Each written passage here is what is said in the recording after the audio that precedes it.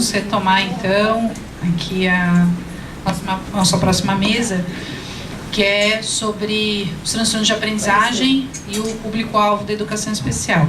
Eu vou chamar agora a professora Alessandra Gottuso Seabra, é psicóloga, doutora, com pós-doutorado em psicologia experimental pela USP, docente e pesquisadora da pós-graduação em estudos de desenvolvimento da Universidade Presbiteriana Mackenzie, membro das diretorias do IBAP, do IBNC, a IABD e a Associação, que é a Associação Brasileira de Dislexia, editora do periódico Psicologia, Teoria e Prática, bolsista de produtividade do CNPq e autora de diversos artigos, livros e capítulos de livros sobre o assunto.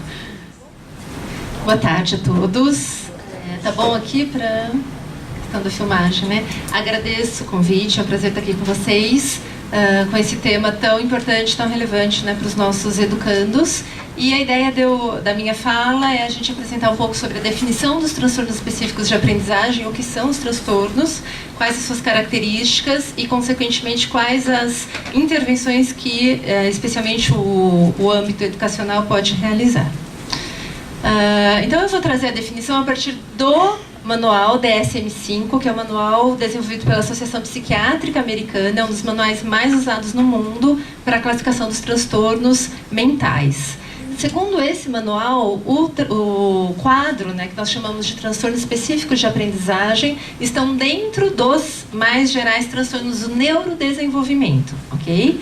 Então, aqui nós temos um slide mostrando todos os quadros que estão dentro dos transtornos do neurodesenvolvimento, incluindo, então, o transtorno específico de aprendizagem, ao lado de outros como o TDAH, o transtorno do espectro do autismo, entre outros, ok? A prevalência varia um pouco nos estudos em função de quais testes são aplicados, quais critérios são aplicados, mas nós temos aí em torno de 5 a 15% das crianças apresentando os transtornos específicos de aprendizagem, que, se nós pensarmos, é um número muito grande, muito alto, né? Diminui um pouco em adultos por conta de intervenções que podem ser feitas, chegando a mais ou menos 4%, e é mais frequente em meninos do que em meninas. Um detalhe importante é que os transtornos de aprendizagem eles devem ser distintos das dificuldades de aprendizagem, que podem ser derivadas ou podem ser causadas por outros fatores, por exemplo, déficits sensoriais, dificuldades emocionais, familiares. Os transtornos específicos de aprendizagem, não. Eles têm uma causa neurobiológica, genética, tá? E as alterações cognitivas e pedagógicas derivadas são em função dessa origem primária que é neurobiológica, tá? Então, quais são os critérios que o DSM coloca para nós pensarmos e classificarmos os transtornos de aprendizagem? Primeiro, né, tanto a aprendizagem das habilidades acadêmicas básicas, que são leitura, escrita e matemática, quanto o uso dessas habilidades deve estar prejudicado de uma forma que perdure apesar de intervenções de qualidade. Ou seja, é uma criança, um aluno que, apesar de estar numa escola que tem uma instrução de qualidade, ele ainda assim vem a apresentar dificuldades na aquisição dessas habilidades básicas de leitura, escrita e aritmética, ok? Esses sintomas também devem permanecer por pelo menos 6 meses para nós fazermos um diagnóstico, ou seja, uma dificuldade transitória. Uma dificuldade transitória não seria classificada como um transtorno específico de aprendizagem. Um segundo critério é que essas habilidades prejudicadas devem estar rebaixadas, então, em relação à idade cronológica dessa criança, né? Devem interferir de forma significativa no seu dia a dia, ou escolar, ou de vida diária, tá? E precisa ser confirmado por pelo menos 2 tipos de avaliação. Uma avaliação por meio de testes formais, especialmente desenvolvidos e dirigidos para isso, e por meio de avaliação clínica. Então, vejam que o critério para se fazer um diagnóstico é muito bem estabelecido, é muito rigoroso, né? O que impede, ou que deveria impedir, que crianças que não tenham um transtorno específico de aprendizagem sejam diagnosticadas dessa maneira, tá? Por por definição, como é um transtorno do neurodesenvolvimento, essas características devem estar presentes desde o início da escolarização dessa criança. O que acontece? Que às vezes, como ela pode ter um déficit leve, isso pode não ser percebido, não ser tão evidente até anos posteriores, em que a dificuldade fica mais evidente, a criança acaba sendo encaminhada para uma avaliação e para uma intervenção, se for o caso, tá? Outro critério importante para pensar no diagnóstico é que nós devemos excluir outros possíveis fatores causais. Por exemplo, deficiência intelectual, deficiências visuais, auditivas, deficiências sensoriais de uma forma geral, outros transtornos como o próprio TDAH, o próprio autismo. Então nós temos que garantir que as dificuldades que a criança apresenta acontecem apesar, né, de outros critérios já terem sido excluídos. Pode haver comorbidade. Então, por exemplo, é muito comum que a criança com dislexia tenha TDAH. Nós temos uma alta taxa de comorbidade entre eles. Mas ela deve ter dificuldades específicas na aquisição de leitura e escrita que não sejam explicadas pelo TDAH ou que excedam o que nós esperaríamos a partir do quadro exclusivo do TDAH. Tá? E dentro, então, desse quadro de transtornos específicos de aprendizagem, o DSM divide em 3 tipos, né? 3 caracterizações ou 3 fenótipos mais comuns. O primeiro é o transtorno de aprendizagem com comprometimento basicamente em leitura, que é esse F81.0, né? E aqui dentro de leitura nós podemos ter 3 problemas específicos. Então imaginem uma criança que possa ler errado, né? Então ela tem um problema na precisão da leitura. Ela pode ler lentamente, o que dificulta, né, a compreensão do texto lido, ou ela pode ler de uma forma sem compreensão. Então são 3 critérios que devem ser observados, avaliados, né, para se fazer o diagnóstico, sendo que qualquer um dos 3 ou combinações entre eles podem caracterizar o transtorno específico de aprendizagem com prejuízo na leitura. O que nós chamamos de dislexia é um prejuízo nesses 2 primeiros itens. Então, prejuízo na acurácia ou prejuízo na velocidade da leitura. Esses 2 componentes caracterizam o que nós entendemos como a dislexia. Ok? O segundo subtipo seria o transtorno específico de aprendizagem com prejuízo basicamente na escrita. Aqui também, né, nós não podemos falar de escrita de uma forma genérica, nós temos que pensar nos subcomponentes da escrita. Então, eu posso ter um aluno com prejuízo na ortografia, ou seja, ele troca letras, por exemplo, na hora de escrever, tá? Com prejuízo na gramática e na pontuação, então isso é muito comum. Por exemplo, a criança com transtorno de aprendizagem faz um texto inteirinho sem colocar quase nenhum ponto, nenhuma vírgula, né, com erros, né, de concordância e assim por diante. E o terceiro ponto, que é um prejuízo na própria estrutura textual. Então, a criança que escreve com um texto confuso, um texto em que as ideias não estão claras. Tá? Lembrando que é muito comum nós termos os 2 prejuízos juntos. Então, tanto o prejuízo na leitura, quanto o prejuízo na escrita virem juntos. Ok?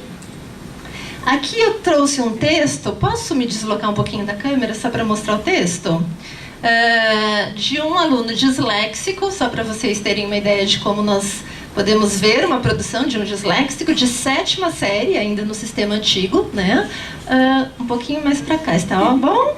Né? Então vamos tentar ler, né? Então vejam que ele estava na 7ª série, ele foi diagnosticado com dislexia na 2ª, ou seja, há 5 anos, com intervenção específica. E apesar disso, ele ainda escreve esse tipo de texto, né? Então se nós olharmos, ó, olá, meu caro amigo, oi, tu bem com você? Já voltou da férias, sa? Que eu vou voltar a semana que vem. Mas falado miso, minari, vora, muito boa. Ok? Vamos, né? A gente consegue traduzir, entender um pouquinho o que significa, né? Oi, tudo bem? Vejam aqui a aglutinação de palavras e omissão de letras.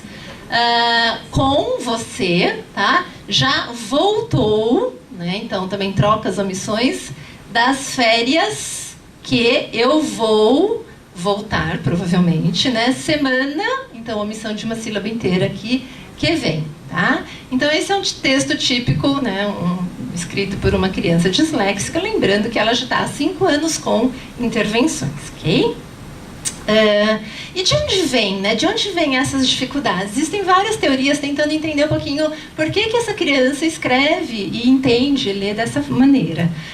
Algumas teorias atribuem essas dificuldades a um problema fonológico, ou seja, uma dificuldade da criança, ou adulto, no caso do adulto disléxico, né, de processar a informação que lhe chega na forma da linguagem falada. Ou seja, processar os elementos fonológicos da linguagem, por exemplo, as sílabas, os fonemas, rimas, aliterações. Tá?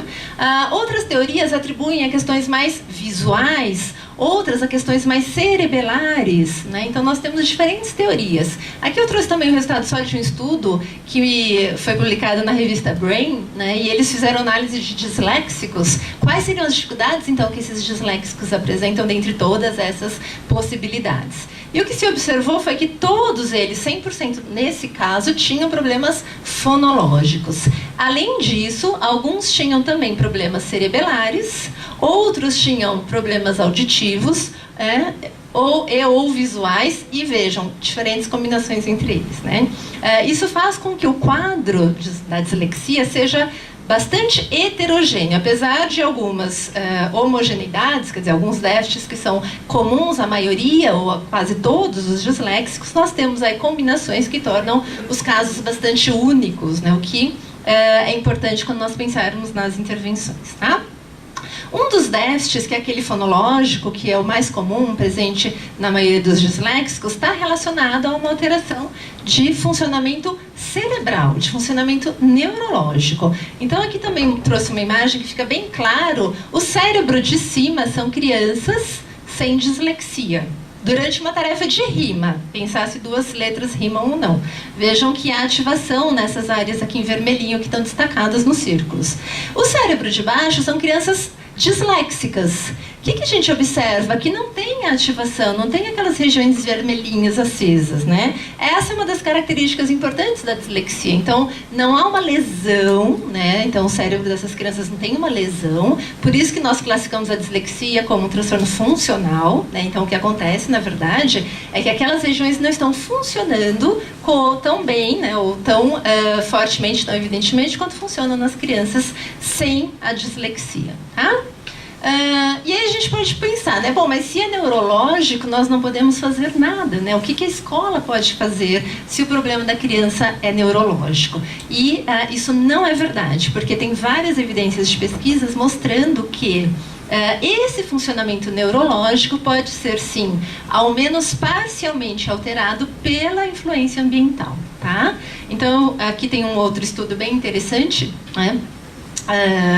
Que ensinou para adultos, eles fizeram uma analogia, né? Será que aspectos pedagógicos, quer dizer, como eu ensino essas crianças, isso faz alguma diferença no funcionamento neurológico delas? Tá? E eles ensinaram, então, adultos, só para testar, né? Adultos não disléxicos, sem transtornos específicos, mas eles ensinaram de duas formas diferentes. Era como se fosse um alfabeto inventado, e eles ensinaram as palavras como se fosse letra por letra, mostrando cada pedacinho da palavra e o som que corresponde a esse pedacinho, né? Ou ensinando as palavras como um todo, a palavra inteira. E o que eles observaram? Que mesmo nos adultos, o jeito como o professor ensina tem influência sobre o funcionamento neurológico. Tá? Então, quando eles ensinavam segmentando a palavra, mostrando cada pedaço, cada letra, cada som correspondente, eles promoviam, eles fortaleciam a ativação daquela região de hemisfério esquerdo, que é a região que está prejudicada nos disléxicos, né? Então, ensinar assim ajuda a fortalecer aquele funcionamento neurológico. Por outro lado, ensinar a palavra como um todo usa hemisfério direito. Né? Então, é como se nós, ao usarmos essa estratégia, nós estivéssemos, além da criança já ter uma dificuldade natural dela, neurobiológica, o sistema de ensino ainda não fortalece. Né? Ele faz o oposto do que seria necessário para aquela criança desenvolver aquele processamento neurológico. Então, tem uma interação importante entre o funcionamento neurológico e a prática pedagógica. Tá? E aí vem a pergunta seguinte, né? Bom, e se nós ensinarmos assim as crianças disléxicas, será que faz diferença? E as pesquisas mostram que sim, Vejam aquele mesmo grupo de crianças após uma intervenção. Lembra que não havia ativação naquelas duas regiões? Olhem como fica o cérebro delas após uma intervenção psicoeducacional. Tá? Então, a gente observa que aquelas regiões que não estavam ativas passam a ser, ao menos parcialmente ativas, em função dessa intervenção psicoeducacional. Então, os resultados são bastante promissores. Ok? Muito bem. Lembrando, então, a terceira habilidade que faz parte dos transtornos específicos de aprendizagem é a matemática. Dentro de matemática também há subdivisões, e aqui nós temos pelo menos 4 áreas da matemática que podem estar prejudicadas. Né? O senso numérico, que são noções mais básicas de número, de magnitude, de contagem. Né? A memorização de fatos aritméticos, por exemplo, a criança memorizar as tabuadas, ou memorizar que 1 mais 1 é 2, e 2 mais 2 é 4, e eu não preciso ficar contando no dedo, eu já sei isso de cor. Né? Os cálculos, né? Então precisão, fluência de cálculos, e por último, o raciocínio matemático, né? Que é entender, por exemplo, um problema. A descalculia se refere a um quadro em que há problemas em um ou mais dos 3 primeiros aspectos aqui do processamento matemático, ok? Também, só para dar um exemplo, né, vejam uma prova resolvida por uma aluna com descalculia, né? Vamos olhar só uma continha aqui. Essa foi uma prova que nosso grupo de pesquisa desenvolveu e intencionalmente a gente dita, né? A gente fala uma conta para a aluna resolver. Por exemplo, 5 vezes 18. Olhem aqui como ela faz. Tá? Então ela põe 5 vezes 18, ela não põe o número maior em cima, que já facilitaria, né? Aí ela faz alguma coisa que a gente pode tentar entender, por exemplo, 8 vezes 5, 40, 5 vezes 1, 5, mais 5 vezes 1, 5, dá 590, enfim. Vejam, né, que o procedimento do cálculo está completamente inadequado, ok? É uma aluna com descalculia que tem 23 anos de idade e está cursando o 2º ano de administração de empresas, com uma inteligência absolutamente normal, conforme o esperado. Então vejam que no transtorno específico de aprendizagem é isso que acontece. Você fala, nossa, mas é um erro tão básico, né? Acho que talvez uma criança de 2º, 3º ano já tivesse aprendido. E é uma aluna universitária, inteligente e que ainda mantém esse tipo de erro. Por isso que são chamados transtornos específicos, porque o restante do desenvolvimento cognitivo dela está absolutamente intacto e preservado. Muito bem, o que fazer nesses casos, né?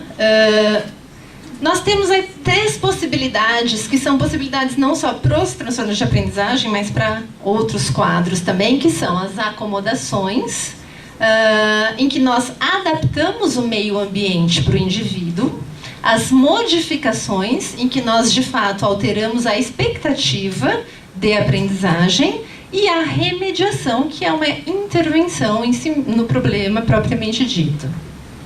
Em termos de acomodações, eu vou passar um pouco rapidinho por conta do tempo, né? A primeira acomodação é exatamente o tempo, né? Então, por exemplo, ampliar tempo de prova, ampliar o tempo de empréstimos de livros na biblioteca, né? Coisa simples. Fazer intervalos mais constantes, isso beneficia as crianças, né? Talvez entregar o tempo para executar atividades em sala e assim por diante.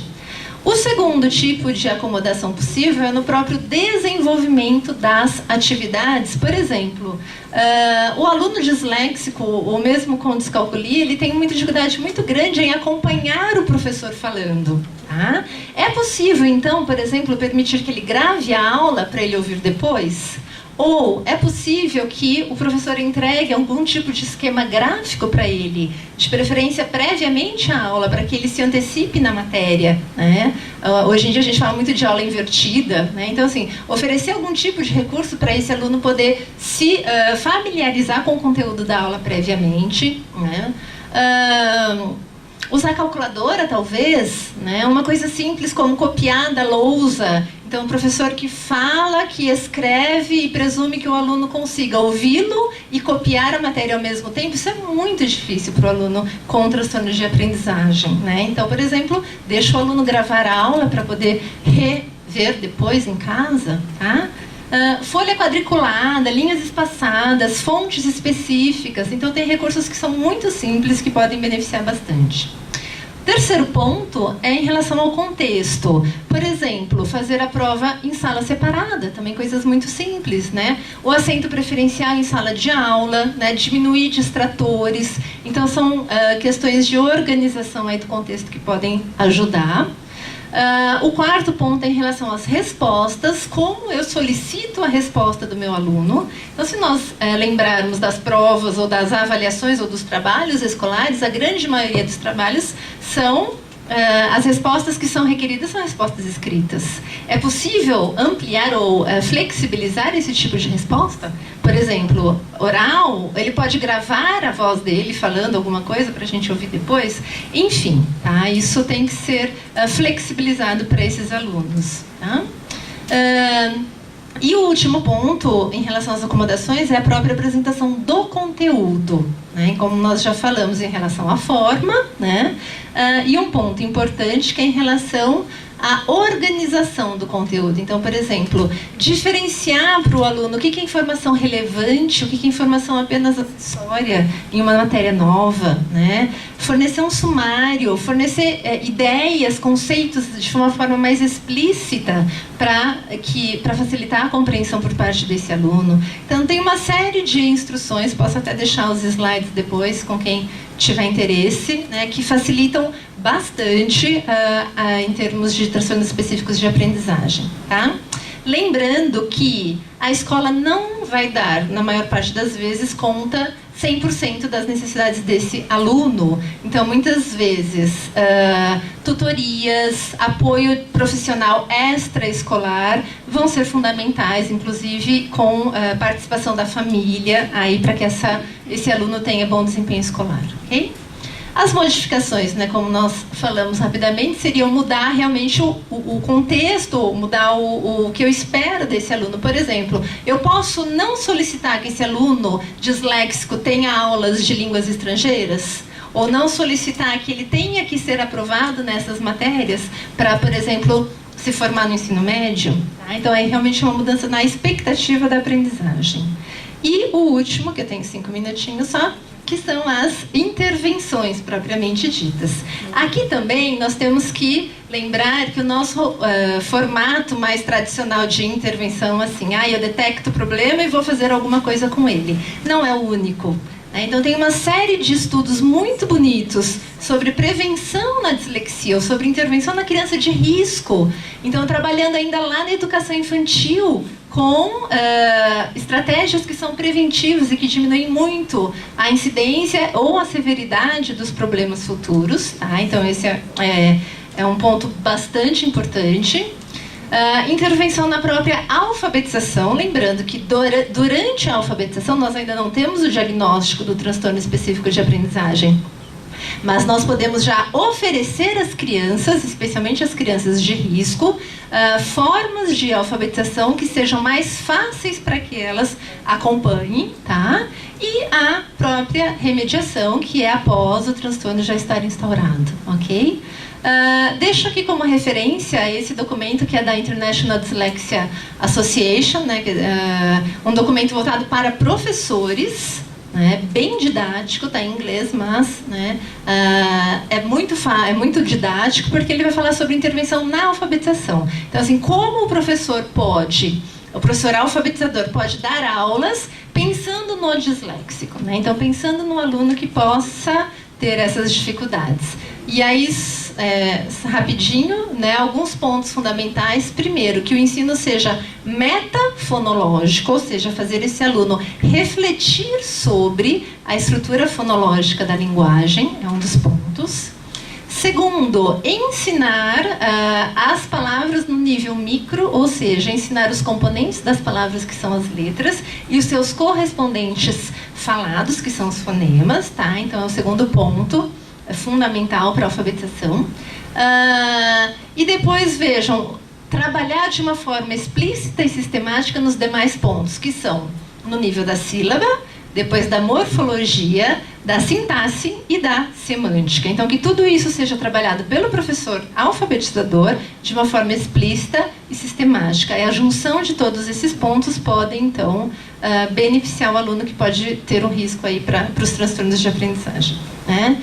Então, a escola, finalizando, a escola é o local em que a grande parte das acomodações e também das intervenções, principalmente as preventivas e as intervenções em nível de alfabetização, podem ocorrer. Há diversos estudos internacionais, alguns nacionais, mostrando o que pode ser feito, né? Então, realmente é uma questão de política pública, por isso esse seminário é tão importante para que essas práticas sejam trazidas, então, para o contexto escolar, tá? Obrigada, gente, pela atenção.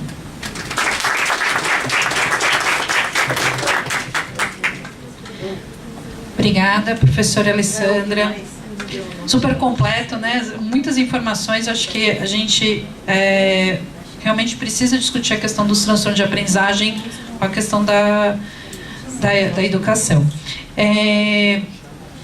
Eu vou chamar agora a doutora Simoni, né, Lopes de Souza, que é advogada, professora, pós-graduanda em Direitos das Famílias, das Associações, especialista em Direito Educacional, com ênfase em Inclusão e Diversidade, advogada colaborativa pelo International Academy of Collaborative Professionals, mediadora judicial e extrajudicial no Instituto Família e IASP, membro da Comissão Nacional de Mediação do IBDFAM, primeira secretária na Comissão de Diversidade Sexual da OAB Jabaquara Saúde, membro do Grupo de Estudos sobre Direito Educacional da ESA, São Paulo, consultora jurídica institucional e professora da ABD, da Associação Brasileira de Dislexia, colunista e assessora jurídica do Dyslexia Club e no blog Centro de Estudos e Educação. Por favor.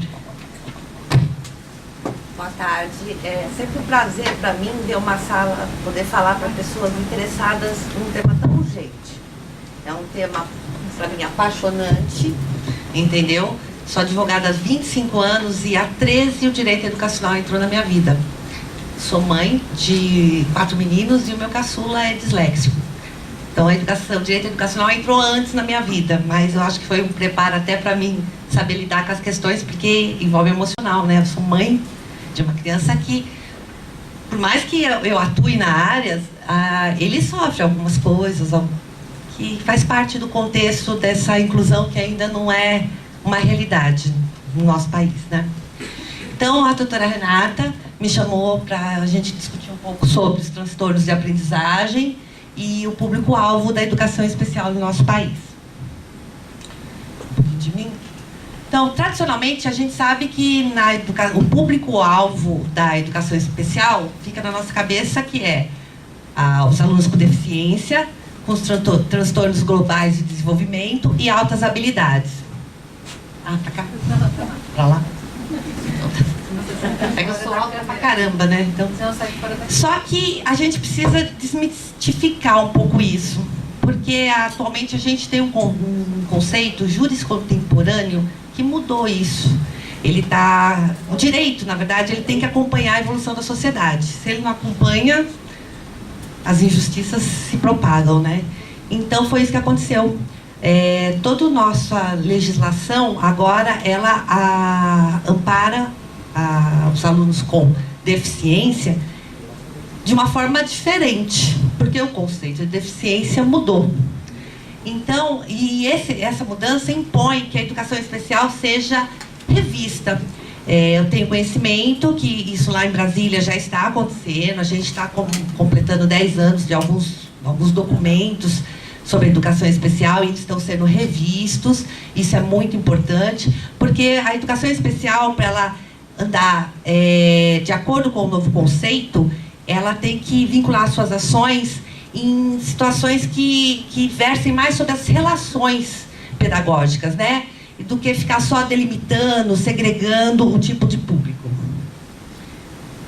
O conceito atual, né, que a gente vai encontrar em todos os documentos nacionais e internacionais, até que o Brasil é signatário, ele deixa bem claro que a deficiência não está mais na pessoa, e sim no ambiente, no meio que essa pessoa convive, que são as barreiras atitudinais e ambientais.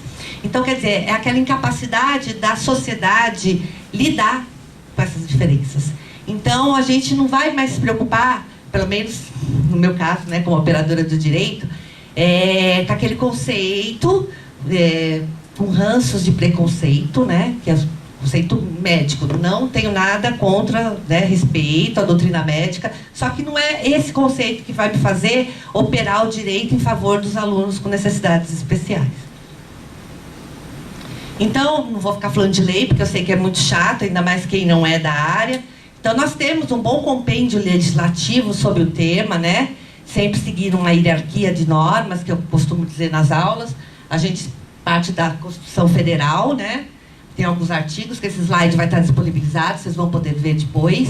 Os princípios, né? A nossa legislação é toda principiológica, então, os princípios que eu uso no meu dia a dia para operar o direito educacional são esses, né? Que são melhor interesse do menor, quando a gente fala de menor adolescente, dignidade humana, isonomia, legalidade. Alguns termos aí vocês já estão acostumados a ouvir, ou porque estão na educação, ou porque toda a situação do país, todo mundo vendo julgamento no Congresso, ouvindo, então os termos não são mais totalmente desconhecidos. Pacto de São José, Declaração de Salamanca, que é fantástico, foi a primeira vez que foi dito e usado o termo necessidades educacionais especiais. Então ele amplia aquele conceito de educação especial, né? Quem vai ser atendido e não só os deficientes. Acho que foi o primeiro passo que a gente pode dizer para o atual conceito, para esse conceito juris contemporâneo que não fixa a deficiência na pessoa, e sim no ambiente. Convenção dos Direitos da Pessoa com Deficiência, que traduz esse conceito, e aqui no Brasil ela tem status de emenda constitucional por um decreto federal. O ECA, a LDB, a LBI, resoluções do Conselho Nacional da Educação e, no nosso caso, deliberações do nosso Conselho Estadual. Então, em posse desse novo conceito, a gente tem que começar, porque toda mudança começa da gente, né? São poucos advogados que atuam na minha área, então, às vezes em reuniões, mesmo na ordem, ou numa comissão que eu faço parte, digo que o meu trabalho é de formiguinha, porque é um tema desconhecido, mas as mudanças começam da gente, começa pequenininha. Então, na verdade, a gente precisa entender a essência da educação especial, incorporando um novo conceito. Então, vamos esquecer grupos e vamos entender para que veio, o que o legislador quis quando ele trouxe a educação especial. Ele é uma modalidade de ensino que tem que integrar a educação inclusiva, que é o sistema de educação do nosso país. Tem que propiciar todos os educandos que eles sejam atendidos nas suas especificidades, de forma que eles se apropriem do conhecimento. E tem que estar disponível em todos os níveis, etapas e modalidades. Então não tem essa, eu sou de escola particular, eu não tenho que fazer, municipal. Não, todas as etapas, seja da educação infantil ao ensino superior. Lógico, tem regulamentações para cada etapa, mas todas tem que disponibilizar isso para os alunos. O tema dessa mesa, né, que é transtornos de aprendizagem, público-alvo, eu nem vou entrar muito na definição, porque a Alessandra falou isso com muita propriedade, né, mas só vou frisar do distúrbio neurobiológico persistente. Né? A gente não fala em cura porque não é doença. Então, é um termo que a gente não usa comumente, a gente escuta, mas não usa, porque ele é persistente. E dificulta, se caracteriza pela dificuldade de decodificar o estímulo escrito e o símbolo gráfico. Os principais, dislexia, disgrafia e descalculia, já comentado pela doutora Renata, Alessandra.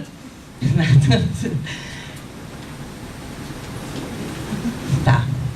Então, aí, como é o tema, público-alvo. O público-alvo da educação especial, como dito logo no início, destaca 3 grupos. Nele, você não consegue incluir nem a fórceps, né? Eu brinco sempre, o transtorno de aprendizagem. Mas nós temos documentos em que o próprio MEC reconhece que esse público ele tem uma necessidade educacional especial. O problema é que ele é omisso quanto ao atendimento específico para ele. Ele só fala assim, ele tem que ser atendido, entendeu? Através de orientações dentro da comunidade escolar.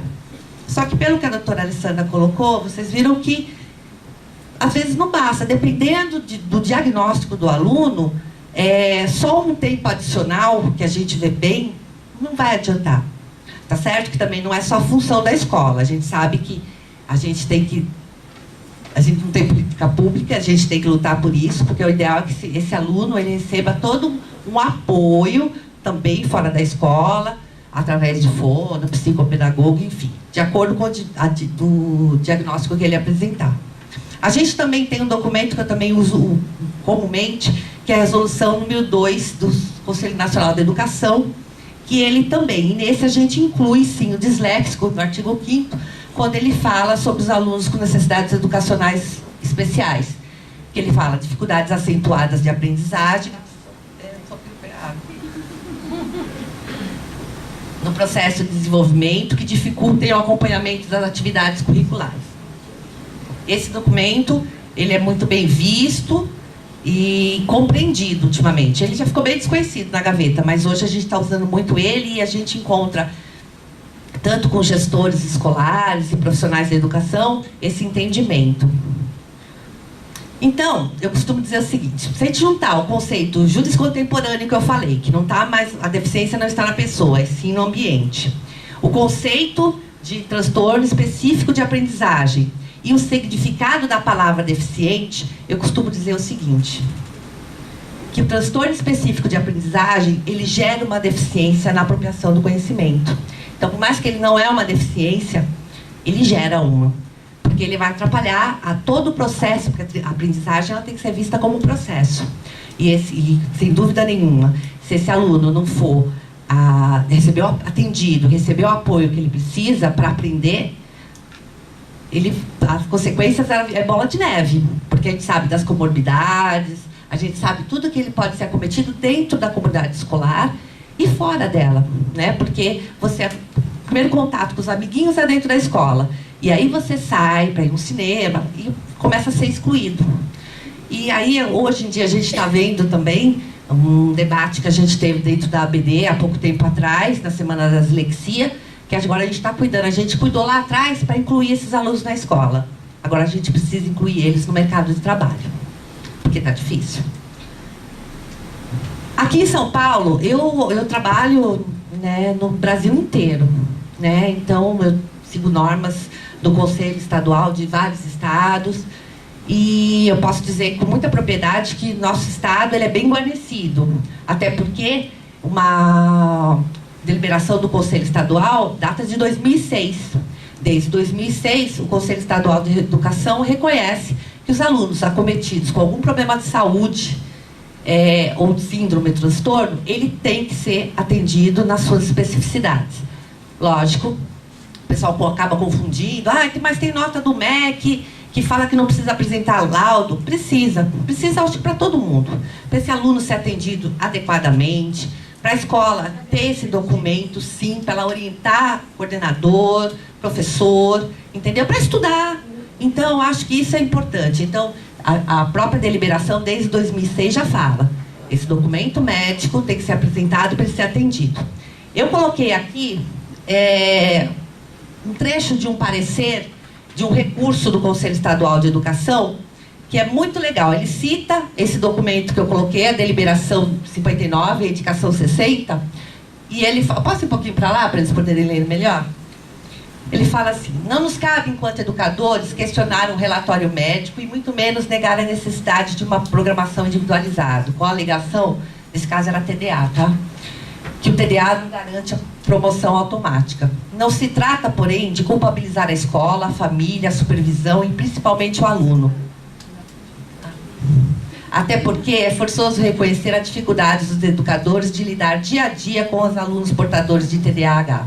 Casos assim, conforme recomenda a indicação 60, na perspectiva educacional exige especial atenção para que a instituição de ensino e os professores, mediante adequados procedimentos, auxiliem a missão de curar o mal e não contribuam para o seu agravamento. É muito legal esse trecho desse conselheiro, porque ele fala o que é verdade. Eu acho que a profissão que a gente abraçou, a gente leva como missão de vida, porque além não é só ganhar dinheiro, a gente tem que... Eu trabalho com paixão. Então, alguns, eu sei que a gente podia trabalhar até um pouco menos, né? Porque mas a vida é assim, a gente abraça uma coisa e dá muito trabalho. Fazer direito, eu falo, dá trabalho. Mas é legal de encarar, e quando você luta nesse trabalho de formiguinha que eu falo para vocês, e ver um conselheiro reconhecer isso, né?